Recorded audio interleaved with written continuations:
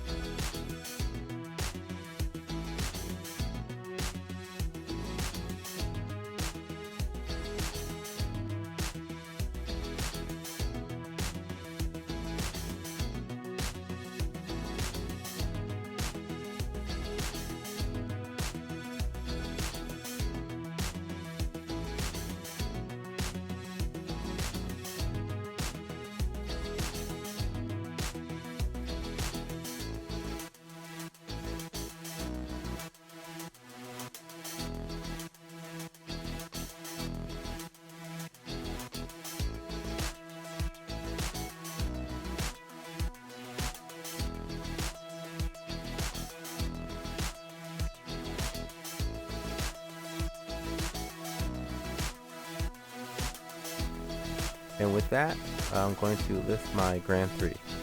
So the comics that I picked are Eve, number one, Robin, number one, and Mr. Miracle, The Source of Freedom, number one. So I'm going to read a summary for Eve first.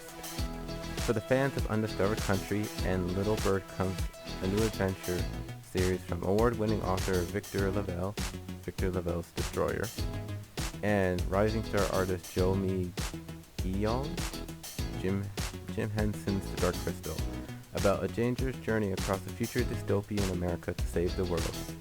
When the ice caps melted, most of humanity was lost to the hidden disease that was released. Now, a mysterious girl named Eve has awoken in secret and must deal with a world that's nothing like the virtual reality she was raised in. In order to save her real father, Eve must embark on a deadly quest across the country, but she has no idea of the threats that await her, or the prices she will pay to restore life to a dying planet. When reading Eve, it reminded me very much of the Netflix show Hippo. I would say it's almost like a very similar premise, where dystopian future, well, mine's a disease, but the young girl is kind of raised in secret, and then I guess humanity is kind of like, well, in this case I don't know what's happening to humanity, sorry. In people, something else happened. Yes, the little girl must return to the surface and go on her quest to save, I guess, her father and humanity. So, yes, but in this one, or at least in Eve, she has like a little robotic bear companion. Kinda creepy, but okay. She felt like Hippo. I guess when she woke up, kind of reminded me of The Matrix too. Art was good. With all that being said, I really look forward to seeing where this story goes. And I don't know what happened, because we have no idea. Next, here's a summary for Robin. After learning of the deadly League of Lazarus tournament, Damian Wayne has a new mission: to win the tournament and prove he is the greatest fighter in the DC universe. But first, he must find the secret island where the tournament is being held. Initially, when Damian was first introduced, cool, Bruce has a actual son now. But then, I don't know, it was okay for a while. Then, after so long, it's just like, okay, we get it. You think you're the greatest thing ever. Which I guess in the summary it says he's trying to prove he's the best fighter in the universe.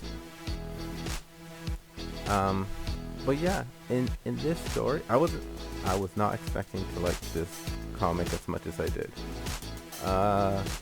In this comic, he was reading, I guess, I don't know if it's like a manga or some type of like just cartoon thing he was reading.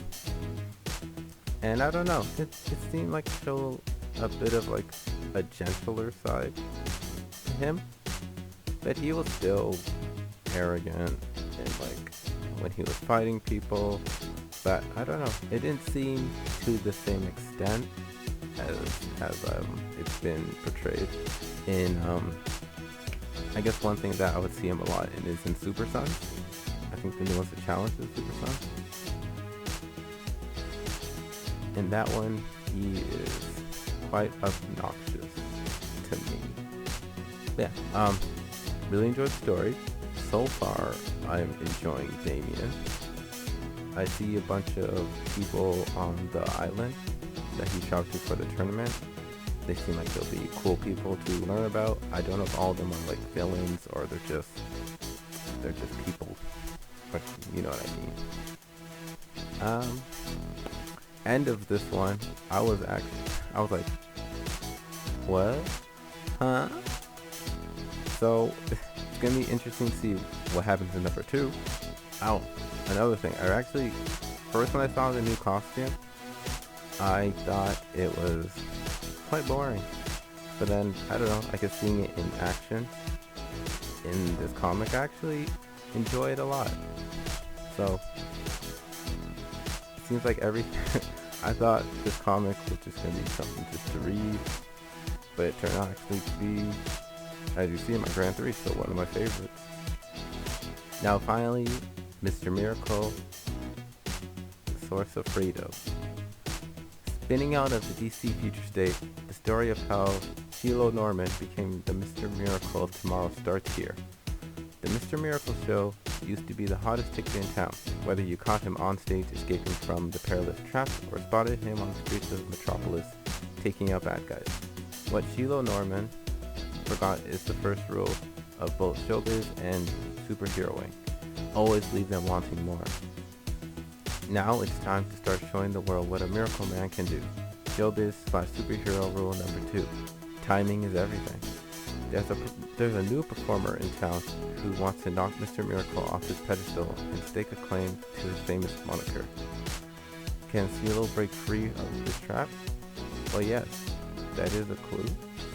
So this is another comic I wasn't expecting to like so much. Like when I was at the store, I was picking up my comics and then I saw Mr. Miracle and I was like, do I want this? I was like, you know what? It's number 1. I'll pick it up. So I grabbed it, and I don't know, the longer I stared at the cover, I was like, I like this cover too. So when I went out with Anika for our picnic, I brought it with us, brought it with me to read. So whatever, we ate, we're sitting there, I started reading it. And then it gets to a point where Mr. Miracle takes off his mask. And I'm like, I said to Anika, like, wait, Mr. Miracle black? Because I was thinking, like, I could have swore the last time I saw Mr. Miracle, I don't know if he was a white guy or Hispanic. I just knew he wasn't black. So I was confused. I was like, was I going crazy? But then later in the comic, someone shows up and he says that he is the son of Scott and Barda. So this Mr. Miracle guy took up the mantle, I'll say. I don't know if he inherited it or what. He took up the mantle. But yes, when he is wearing his costume, he reminds me very much of like Tony Stark. And I don't know, he just seems like a normal dude. when he's not wearing his costume. But he doesn't spend much time out of his costume in this. Maybe off, with his mask off, but not completely out. Besides when he goes on his date, which I do kind of feel bad for him. Again, I don't know much about Mr. Miracle. Did he always have control over the mother boxes? And the mother box talks to him like it's, at least in this iteration, like it's an AI. So maybe that's why also it kind of reminds me of Iron Man, because when he's wearing his costume, he talks to MB, mother box, like it's Jarvis or Friday, whichever AI is running in Tony Stark's suit. He has, I don't know if it's his friend or just his agent. Dang. He seems like also he genuinely cares for Mr. Miracle. Or sorry, I guess I should call him Shiloh. I don't know how you pronounce it. I said Shiloh.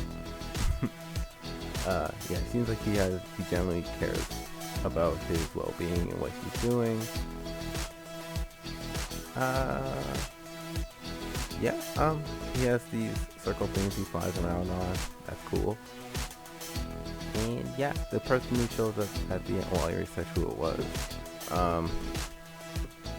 When that happened, obviously, because I didn't really know what was happening with Mr. Miracle at this point, I was like, oh, now I semi-get it, because I still don't know why he took up the mantle, which I guess this might have been explained in, I don't know, Death Metal, or just a Future State comic. I didn't read a lot of either of those series.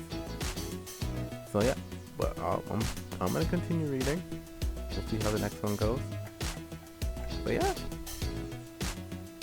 wow, this is going actually really quick. So with that brings us to the end of TG3. Let me know if you guys read any of the things that I showed that I read. Yeah, I think I'm really going to like this new format. So next month, comics again. So yeah, see you then.